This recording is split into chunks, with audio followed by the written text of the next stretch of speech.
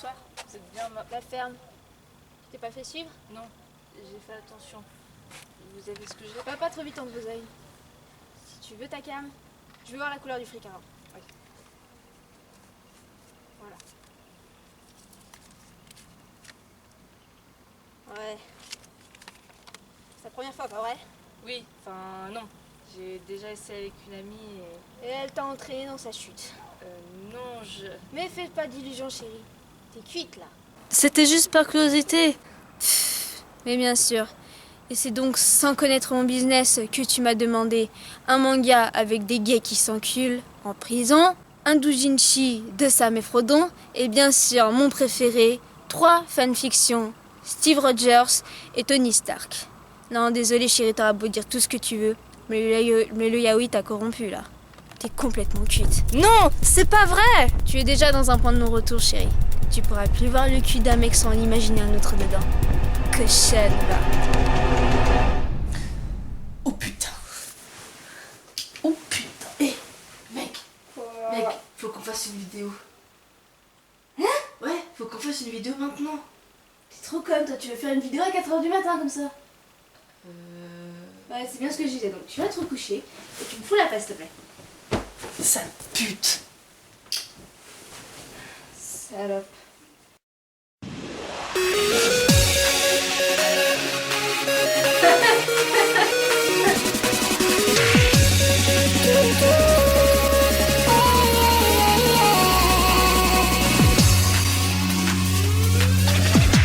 Charioriste, bonjour et bon retour dans ce monde des belles histoires viriles et romantiques à la fois. Cela fait déjà 1 an que j'ai fait ma vidéo Yaoi Power et vu que c'est la plus appréciée et celle où est-ce qu'il y a encore des vues qui se font, je me suis dit tout bêtement que... C'est pour gratter des vues comme une grosse pute que t'en refais une, ouais.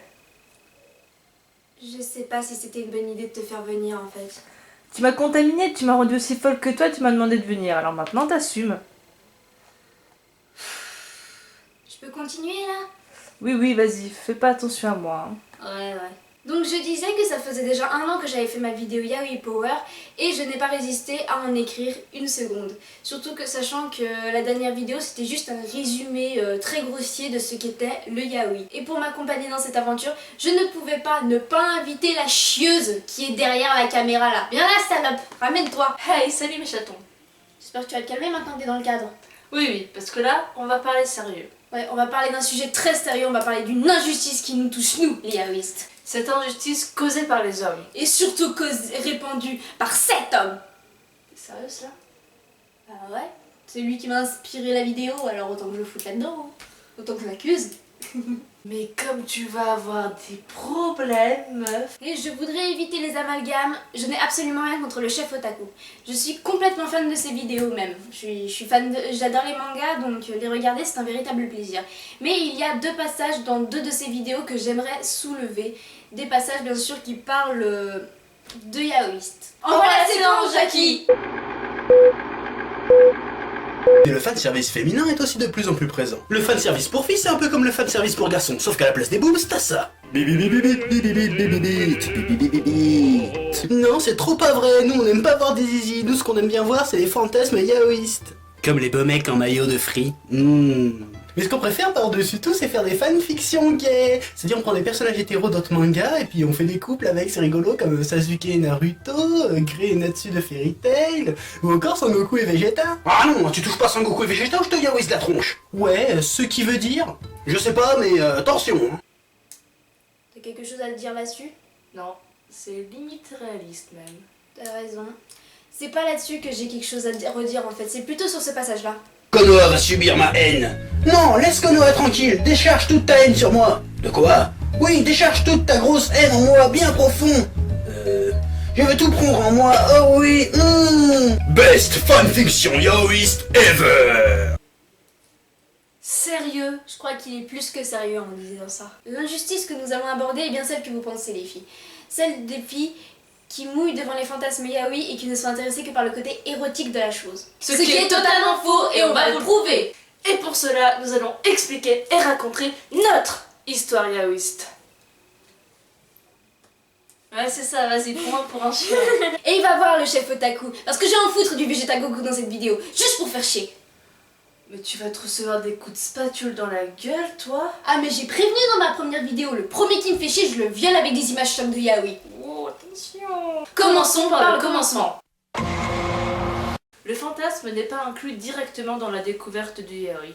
Il passe par plusieurs étapes. Premièrement, la découverte. Si comme moi vous avez eu la chance d'avoir une amie qui s'immisce dans votre vie et qui vous met des mecs qui s'enculent sous le nez, alors la chose a dû être vite faite. Vous avez dû sûrement vous dire « Père, je regarderai ça plus jamais de ma vie !» Pour finir par regarder par curiosité l'anime de Junjo Romantica, puis le manga et pour finir la collection.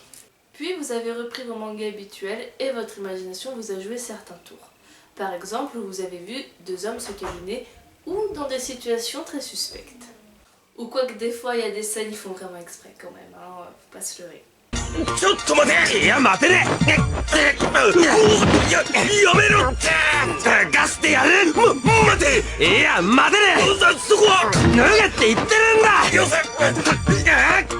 Il ne faut pas voir ça comme un genre de perversion, mais plutôt comme une ouverture d'esprit. Car on se rend compte que des couples outre que hétéros entre deux personnages sont également possibles. Et après, rien n'interdit les couples gays et platoniques des mangas shonen. La preuve avec Shinsekai Yori où le sujet est très loin d'être tabou. Et ouais, vous y attendez pas à cette preuve, hein les gars. Après, il ne faut pas croire que ça arrive avec tout le monde, n'importe qui, sans aucune raison, sauf faire des Jujinshi où est-ce que les personnages ont trop bu, se roulent des pelles après un jeu de boisson et ensuite finissent par se foutre de l'huile partout sur le corps. Même si c'est très plaisant à regarder. Mais tellement. J'en étais à où déjà? Aux raisons des couples. Ah oui, c'est vrai. Les couples ne sont pas choisis par hasard et on va vous le prouver avec les couples que mes abonnés m'ont donnés, les couples que je connais moi et les couples que Manon connaît. Bien sûr, on va tirer au sort parce que j'ai eu énormément de propositions, les filles. Hein. M'en voulez pas, mais à la fin du générique, vous aurez une grosse surprise, je vous le promets. Et aussi, attendez-vous à être très surpris parce qu'il n'y a pas que des couples de manga, il y a aussi des couples de films, de séries et même de jeux vidéo, en passant par la BD. Voilà, attendez-vous à être dégoûté ou à être très très choqué. Et pour argumenter nos propos, nous allons nous inspirer de ce que nous avons vu en fanfic. Alors rien que le titre devrait déjà perturber quelques-uns d'entre vous. Après tout, s'ils sont numéro rivaux, c'est parce qu'ils se haïssent, se méprisent ou ne peuvent tout simplement pas se saquer entre eux. Comment juste l'idée de les mettre ensemble est-elle possible? Tu vas vraiment mettre du Vegeta et du Goku partout? Ouais, je vais vraiment foutre la merde. J'ai envie de dire que c'est l'hôpital qui se fout de la charité là. Les couples hétéros les plus simples à faire, c'est les filles et les garçons qui se foutent sur la gueule dès qu'ils se voient pour la première fois. En plus, vous connaissez le dicton, entre la haine et l'amour, il n'y a qu'à pas. Ou aussi que la colère peut encore cacher une certaine frustration sexuelle. Et pour exprimer nos dires, on va tirer un couple au sort. Au sort? Mais t'as rien prévu à écrire? Ou presque, oui. Allez, vas-y. Matos. Fais pas tomber sur la boule noire, s'il vous plaît. Izalia et Shizuo. De Durarara. Dans les fanfictions, on peut trouver de tout pour ces personnages-là. Tout est bon pour essayer de rapprocher nos vilains garnements. Mais la situation est toujours forcée. Les deux personnages ne viendront jamais l'un vers l'autre naturellement, ou du moins pas au début. Et par exemple, soit on les met dans une situation où est-ce qu'ils sont bloqués ensemble, où est-ce qu'ils sont obligés de se supporter et de mettre leur rancœur de côté, soit on justifie l'une des deux colères en une frustration. L'un des deux personnages est amoureux de l'autre, mais il sait pertinemment qu'il n'y aura jamais rien entre eux. Donc il fait son mieux pour attirer son attention, quitte à ce que son amour caché ressente de la haine pour lui. Tant qu'il a de l'attention pour lui, il sera heureux. Donc il fait son mieux pour faire augmenter cette haine, même si ça peut limite lui coûter la vie au bout d'un moment. Attention, hein, ça c'est quand la relation elle est construite de façon progressive et douce et mignonne et toute choupie, se tenir par la main, des petits bisous, youpi. Mais sachant que dans les mangas ou dans les histoires fictives en général, la haine est très souvent très exagérée. Un combat peut aller très loin. On peut par exemple faire commencer notre fanfiction par une provocation faite par l'un des deux personnages. Et l'un balança la provocation trop qui lança un combat plus violent que ce qu'on a déjà vu avant. Après cela, on a deux solutions. Soit celui qui prend le dessus commence à être excité de voir son ennemi juré dans une position de faiblesse et va entamer un combat un peu plus intime pour ne pas être vulgaire. Ou sinon la version basique, les deux se tapent sur la gueule et ils sont un peu sados sur les bords au point que l'adrénaline monte et qu'ils décident de se sauter dessus l'un sur l'autre, et dans les deux cas, aucun des deux personnages n'assumera son acte à la fin. Honnêtement, vous pensez que c'est toujours pas probable? Donc je suis tombée sur l'un des couples ennemis qui sont Izalia et Shizuo, qui viennent du manga de Duraha. Donc moi je ne connaissais pas, donc je suis allée me renseigner. Et donc il s'avère que je suis tombée sur une fanfiction dont on apprend que Izalia déteste plus Shizuo. En fait, Shizuo n'est pas si méchant que ça, c'est plus Izalia qui... Voilà, il l'énerve. Izalia ne comprend pas Shizuo, ils se comprennent pas entre eux tout simplement, donc ils s'énervent l'un l'autre. Et donc un jour, Shizuo a pour projet de tuer Izalia, en fait, tout simplement. Donc, je sais plus trop comment il arrive à le piéger. Bref, ils se retrouvent tous les deux dans une sorte de vestiaire et tout, que Izalia a pris bien soin de fermer la clé. Et donc, ils commencent à se battre et tout, mais vraiment violemment et tout. Et au fil du combat, Shizuo demande à Izalia pourquoi tu veux me tuer, machin, moi je t'ai rien fait de mal et tout, machin. Et en fait, Izalia, durant ce pseudo-dialogue entre deux coups de poing, on va dire, bah commence à se dire qu'en fait, sans Izalia, la vie ne valait pas trop la peine d'être vécue, tout simplement parce qu'en fait, il n'y aurait plus personne à qui faire chier. Donc c'est un petit peu comme le chat et la souris, une fois que le chat a chassé la souris, il n'a plus rien à chasser, quoi. Donc voilà. Et ça se finit à ce qu'ils se fassent l'amour sauvagement, en fait, tout simplement. Hein. Mais je ne pense pas... Bon, après, ça se finit comme ça, en gros, qu'ils fassent l'amour. Mais je pense que s'il devait y avoir encore une autre fin après leur ébat, je ne pense pas qu'Izalia assume d'avoir fait ce qu'il a fait à Shizuo. Voilà. Seconde catégorie. Ce titre-là doit aussi lancer des débats. J'entends par là des... Oh, mais deux mecs potes, ça veut pas dire qu'ils sont gays, hein. Merci connard, je le savais, mais il y a des potes et potes. Vous savez, il y a ceux qui font un check en passant, et il y a ceux qui peuvent devenir leur esclave sans broncher. Ou encore ceux qui te courent après pendant presque 15 ans, après Naruto. Ouais. Alors quel couple va-t-on prendre au hasard cette fois-ci? Tous, on tire au sort? Vas-y. Sam et Frodon de Manon. Alors... Bon, on va y aller, hein. Sam... C'était pas moi, c'est une autre Manon dont elle parle. Hein, Ouais, c'est ça. Bon, je vais trouver une fanfiction là-dessus. Toi, je te laisse faire. Pour deux amis, c'est assez différent, car les mettre en scène, c'est assez facile vu qu'ils se voient régulièrement. La difficulté, c'est même de les mettre ensemble. Oui, mettre des amis en couple, c'est plus difficile que de mettre des ennemis jurés dans un lit. Commençons par la version mignonne. Généralement, on prend l'ami le plus dévoué à l'autre et on rentre dans sa tête pour savoir qu'il est une love, mais il ne l'avouera jamais, alors que ça fait plusieurs années que ça dure. Condition basique, ensuite, il faut un élément déclencheur. Soit l'amoureux décide d'oublier son meilleur ami avec un autre, et là, comme par hasard, ce dernier pète une crise de jalousie, soit l'autre se débrouille pour apprendre par lui-même que son pote est gay, ou encore mieux, qu'il est tombé amoureux de lui. Ça, c'est la plus intéressante des situations car il y a plusieurs solutions, mais malheureusement, généralement, ça ne se passe pas très bien. Et bien sûr, il y a la version moins sage. Les mecs n'ont aucun sentiment l'un envers l'autre, c'est des mecs bien burnés. Généralement, c'est une situation toute conne qui part en partie durant l'air. Une cuite qui part en vrille, ou un accent vérité chichi. Ou ma préférée, les mecs qui se posent trop de questions sur le sexe et finissent par pratiquer entre eux. Et encore une fois, c'est très rare qu'ils assument après. Et Meg, viens voir. Quoi? Il y a des mecs qui rougissent là, je crois qu'il y en a qui se sentent visés. Sérieux? Attends, je vois. Non, on voit rien. Normal, y a rien, tu regardes la caméra. Teubé, va bosser. Dégage alors. Par exemple, notre couple qui est un couple très particulier parce qu'il s'agit de Sam et Frodon. Et rien que pour ça, je suis sûre et certain que je me suis tapé un max de pouces rouges. Honnêtement les mecs, vous pensez qu'on est si pervers que ça pour foutre Frodon et Sam dans des situations coquines?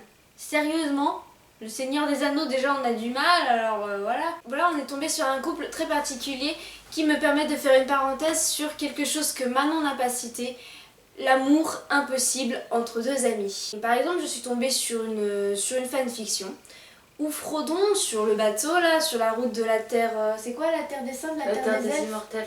Voilà, Frodon est en route pour la Terre des Immortels et écrit une lettre à Sam. Bon, une lettre que Sam ne lira jamais, bien sûr. Enfin, que Frodon pense qu'il ne lira jamais. Et c'est pour ça qu'il décide de dévoiler son sac. Et il commence par le début en disant qu'il aurait préféré le connaître avant cette foutue guerre, avant cette foutue quête. Et qu'il s'est rendu compte au fur et à mesure de cette quête que plus lui il rentrait dans les ténèbres, qu'il n'y avait que Sam qui pouvait lui donner encore espoir ou lui donner encore cette illusion qu'il était encore sain d'esprit dans sa tête.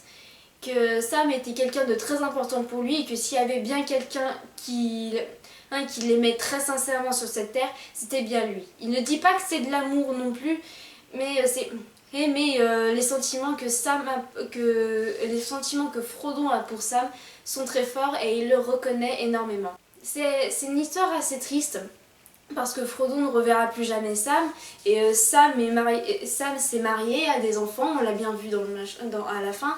Donc on se rend compte qu'au final, Frodon, même sur la terre des immortels, ne sera jamais heureux, surtout qu'on lui retire son bien lui plus cher, la personne la plus chère à son cœur, Sam. Voilà, vous avez fini, vous êtes en train de pleurer là, c'est bon. Donc voilà, même Frodon et Sam, même si on est des folles d'essayer de les mettre ensemble, on fera toujours quelque chose de platonique. Hein. Je vous rassure, je n'ai rien trouvé de pervers à ce sujet-là. Aussi, moi j'ai trouvé plein de trucs pervers. Ouais, menteuse. Alors maintenant, pour vous qui nous regardez encore sans avoir mis de pouce rouge dès que j'ai parlé de Frodon et de Sam, je vais conclure pour vous cette vidéo. Alors oui, peut-être qu'on a l'air bête à imaginer des couples là où il y en a, peut-être pas. Oui, on est peut-être les premières à s'extasier devant des scènes que vous trouvez sûrement dégueulasses ou même malsaines dans les mangas, comme celle où Ichigo essaye de dépoiler Renji pour je ne sais plus quelle raison. Et oui, on a l'air d'extraterrestres dans ce monde où est-ce que la norme est beaucoup trop présente. Et si vous vous intéressiez un minimum à notre communauté, vous vous rendrez compte que nous ne sommes pas que des excités du yaoi. Nous nous voyons plutôt comme des personnes plus ouvertes d'esprit que vous, car nous voyons ce qui n'est pas évident pour vous. Alors je voudrais vous conseiller une chose. Soyez plus curieux, réfléchissez un peu plus à certaines scènes, ou lisez simplement nos fanfics, et vous vous rendrez compte un minimum que même si on en fait beaucoup trop parfois, nous avons potentiellement raison sur certains points. Et c'est sur cette phrase philosophique que je vais conclure cette vidéo. C'était tellement beau. Avec un peu de chance, ils vont tout gober. Ça filme encore maintenant. Merde. Bah, pour te faire pardonner, tu vas dire c'est quoi la surprise à la fin? Ok. Alors en surprise dans le générique, vous allez avoir la joie et le bonheur d'avoir les images de chaque couple qui ont été données pour le tirage au sort. Merci encore les filles de m'avoir aidée. Je suis désolée de ne pas avoir pu citer plus de 2 couples, voire 3. En citant Vegeta Goku, mais j'avais vraiment envie de faire rager. Donc voilà, merci encore les filles. Et pour montrer que ça n'a pas servi à rien, je vais faire un montage en mettant une image de couple, une image de vos couples préférés dans le générique. C'est parti pour le Ginger Romantica. A bientôt les filles pour de nouvelles aventures. Bye bye.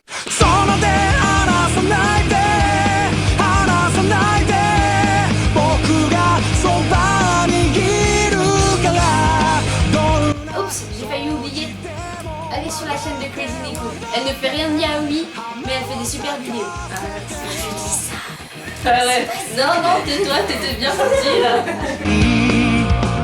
微笑みかけるなら空を見上げるだけで幸せになるんだ何気ないことも愛しく思うのは君という名の花がこの胸に咲いたから君に会いたくて